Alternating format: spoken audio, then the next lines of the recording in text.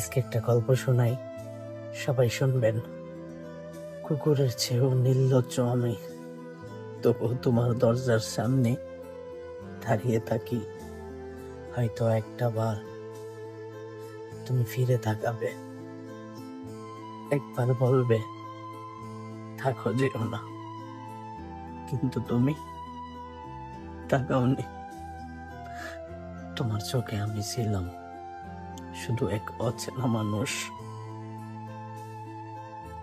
আর আমার চোখে তুমি পুরো একটা পৃথিবী। মানুষ বলে কুকুর নাকি খুব বিশ্বস্ত হয়, একবার যার কাছে একটু আদর পায় সারা জীবন তার কাছে ফিরে আসে। হয়তো সেই জন্যই আমি কুকুরের চেয়েও নির্লজ্জ, কারণ আমি জানতাম তুমি আমাকে ভালোবাসো না। তবুও প্রতিদিন তোমার কাছেই ফিরে আসতাম। তোমার একটা কেমন আছো এই ছোট্ট কথাটার জন্য আমি কত রাত জেগে থেকেছি, কতবার ফোনের স্ক্রিনে তাকিয়েছি, দেখেছি তুমি কোনোদিনও বুঝোনি।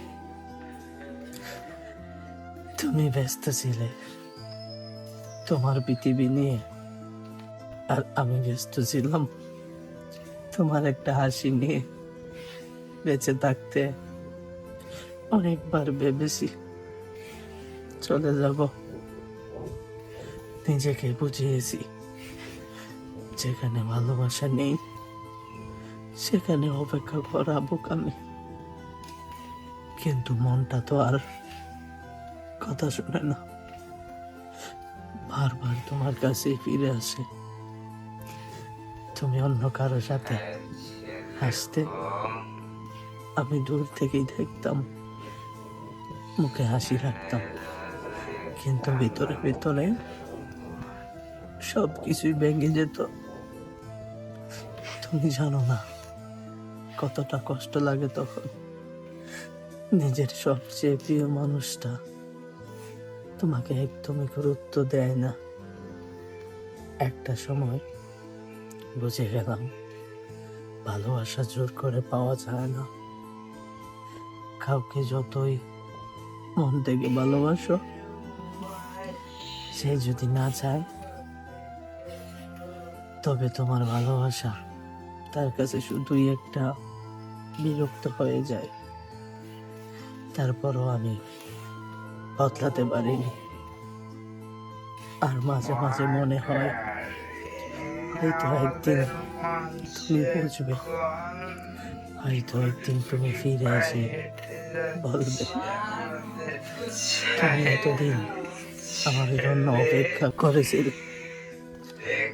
বাস্তবতা অন্যরকম, কিছু মানুষ শুধু ভালোবাসা দেয়, পাই না কখনো। কিছু গল্প শুধু কষ্ট হয়ে থাকে, শেষ হয় না কখনো।